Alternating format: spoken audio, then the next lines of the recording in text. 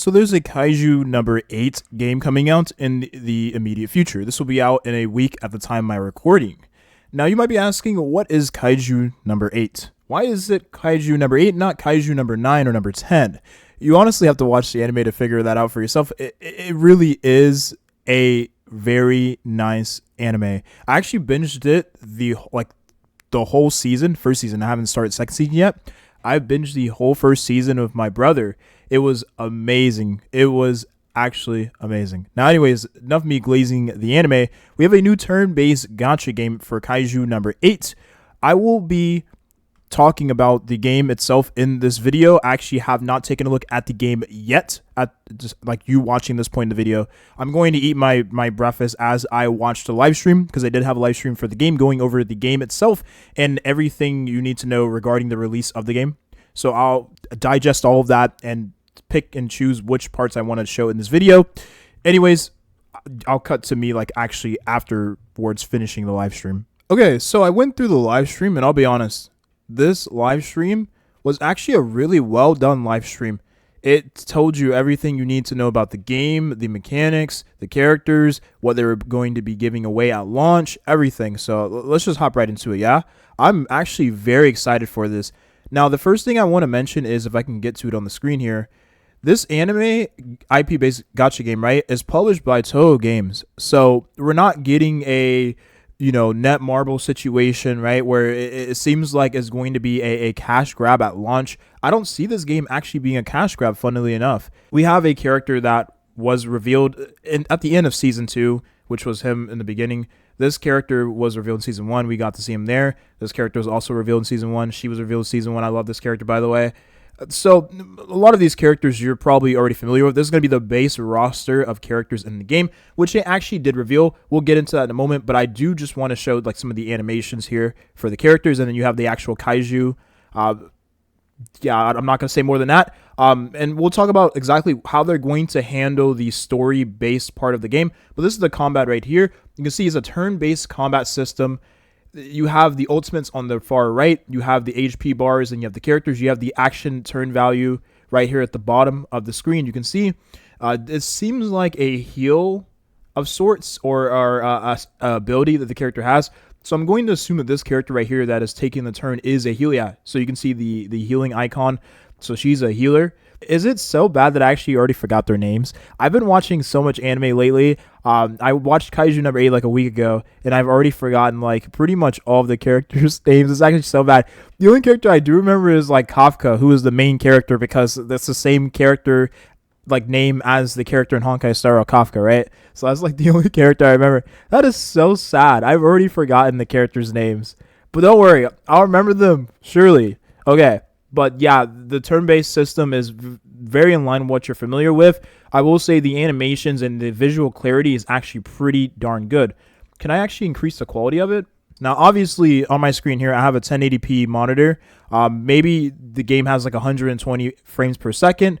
It looks very smooth, though, and I assume there's going to be a PC client at launch. I don't want to throw that out there, but I'm assuming it. I'll definitely verify it at some point in this video. But yeah, the gameplay looks overall really, really well done. And I have to say that they were definitely cooking with this game. If you compare that ultimate animation to pretty much other turn-based 3D gachas we've received in the recent past, right? Oh, I forgot a Thera Restart to include in the list of the games I mentioned earlier. The Thera Restart wasn't even this well done with its animations. I think this game is really, really, really well done with the animations, right? So they revealed some of the characters that we are going to be getting in the base roster of the game. You can see all the characters here. Unfortunately, I don't remember the characters' names, so I cannot tell you them, right? Because it's in kanji. I can't read kanji. But yeah, we have the base roster of characters. Out of all the characters, my favorite is the blonde girl. I also do like Kafka a lot, but I think everyone likes the main character for the most part. And I like Kafka's the best friend, I guess you can call him, calls Kafka senpai, so it's a coworker. That's his coworker, right? His apprentice, I guess you can call it. The person he oversees. I like him too. I think he's a pretty cool character. But in general, all the characters in this game are anime. is actually pretty good. Game, I guess, is the same thing, really. I think one thing that Kaiju number 8 does really well, especially with recent animes like this, is that it actually does a good job at giving a lot of the other characters, aside from the main character, side characters, like screen time, character development, giving their own character development, all that, giving them a lot of relatable personalities that are distinct from other characters. And I think Kaiju number 8 does that really well, despite being an anime about the main character itself. The main character is a minor part of the anime, funnily enough. We have some of the boss designs that we're going to be seeing in the game. Some of these have been already revealed in anime, some have not. Now, what I do like about this is that this right here, Kaiju number 2, we saw in the first season, but this was not, like, we saw it as a flashback. It wasn't a Kaiju we actually got to fight in we got to see the fight of in the anime. So the fact that we're getting it in the game is actually pretty interesting. So we're definitely going to have some more, I want to say, original content. It's not necessarily original content, but it's content we haven't received yet in the anime. Maybe they'll do like a flashback later on in future seasons or whatever. Or maybe they did something in the manga. I don't know, because I don't read manga personally. But I thought this was a pretty nice touch to the game. The last thing I want to mention is that I know for some of you that don't even know anything about Kaiju, right, number 8, or just in general, Kaiju is pretty much Japanese for Godzilla-like monsters. God incarnate, they call it, right?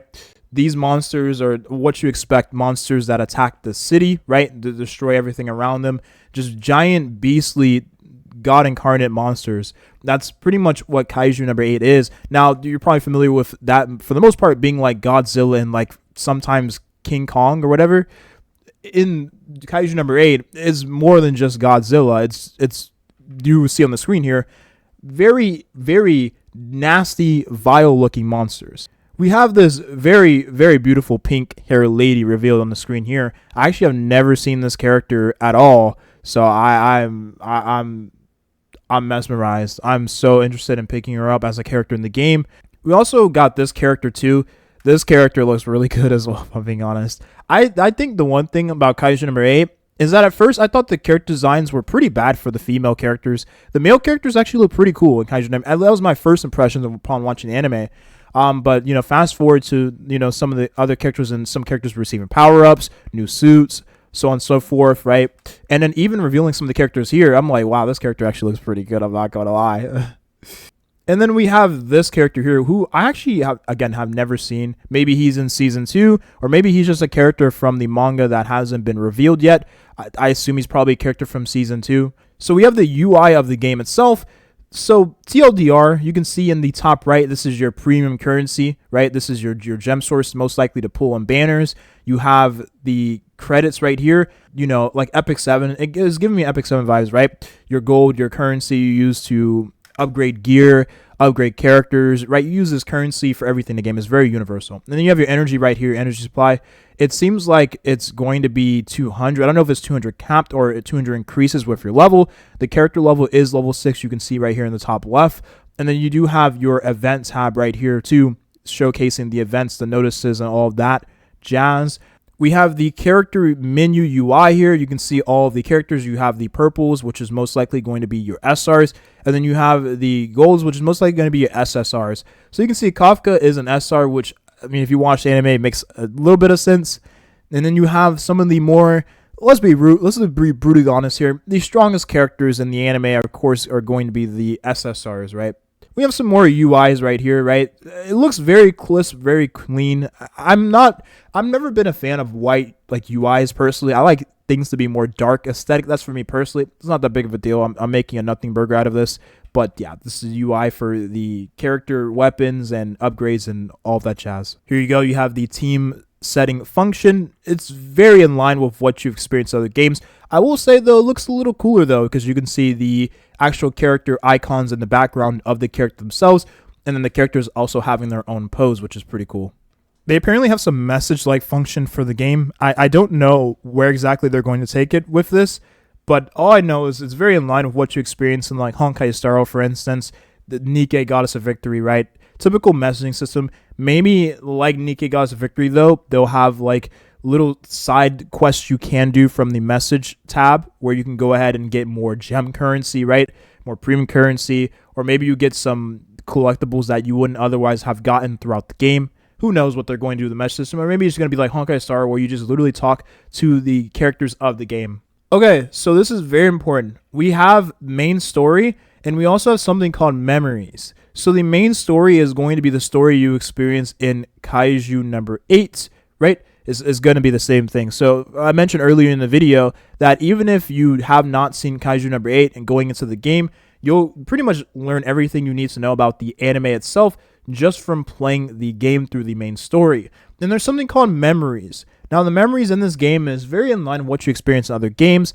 Like, for instance, if I had to compare it, I would say like Magic Zedra, where you can experience scenes from the actual anime through the game itself. So they'll have like cut scenes you can experience through the memories, which I will show on the screen right here if I can get to it. Actually, I already recorded the VOD part, but yeah, it's a scene with Kafka and the blonde hair girl. I don't remember her name. Again, I'm so sad I don't remember her name. She's like one of my favorite characters. How could I forget her name? But yeah, this scene was actually pretty cool watching it from the anime. It is not as good as it looks from the anime, obviously, right? Because of the budget. We're talking about MAPPA here, right? We're talking about MAPPA here, the ones that actually animated the anime. But yeah, it looks still relatively good in the actual game itself. The devs went in depth into the combat, but again, it's very straightforward and very in line with what you experience in other games. Even though this bottom may look slightly confusing at first glance, it's not. It's very in line with what you've seen before, right? It's just usually they throw the forward action values on the left side of the screen. So you'll have like the different turn orders on the left side, and then on the bottom would be like typically your abilities. All they did was just change it around and then move the turn action value on the bottom right, and then you have the abilities and the characters, HP UIs on the right. So they're giving 2 4-star characters for free. We're getting 4-star girl. I don't remember her name, but this is like Kafka's childhood friend, apparently, like basically, right? To put it short. And then we have the character on the right here, and this is going to be Kafka's childhood friend, like accomplice, like pretty much the second in line. So like the best, I don't know how to describe it, but yeah, the second person to this character, because she is pretty much the strongest character in the anime at the time of like my watching of the anime itself. So yeah, and he is second in line to her. So yeah, you can only imagine how strong he is, which they'll show in the anime. His scene goes really, really hard. So we have a 5-star selector. For all of the 5 stars you can choose here. So we have, of course, some of the characters from the anime, like I said before. This is Kafka's best friend here, like childhood friend, pretty much. Oh, even better, we have the characters in English now. You have Rin Shinonome, you have Gen Narumi, you have Kikuro Shinomiya, you have Kaiju number 8, you have Mina Ashiro, you have Soshiro Hoshina. He goes so hard, by the way. I'm telling you, you got to watch it. Asao Shinomiya. So, I mean, this is pretty much spoilers, right? This is Kikuro's father. Most of you probably already know this. Maybe I'm underestimating how many people have actually seen this anime that are going to be playing the game. But anyways, that's the video here. Hopefully you enjoyed. I'm very excited for this game, genuinely. I think this game is going to be pretty fun. Even if it's not as good as it may seem, right, on launch. And it just ends up being a game that is very reminiscent of the recent past turn-based gacha games. Then it could be a fun game to play for a few weeks, right? A month even, without spending any money. I think that's fun. We have a lot of gacha games on the way. So even if this game, we have like, for me personally, Pokemon Legends ZA, which is also on the way too.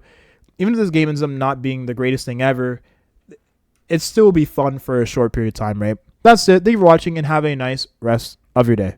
Bye-bye.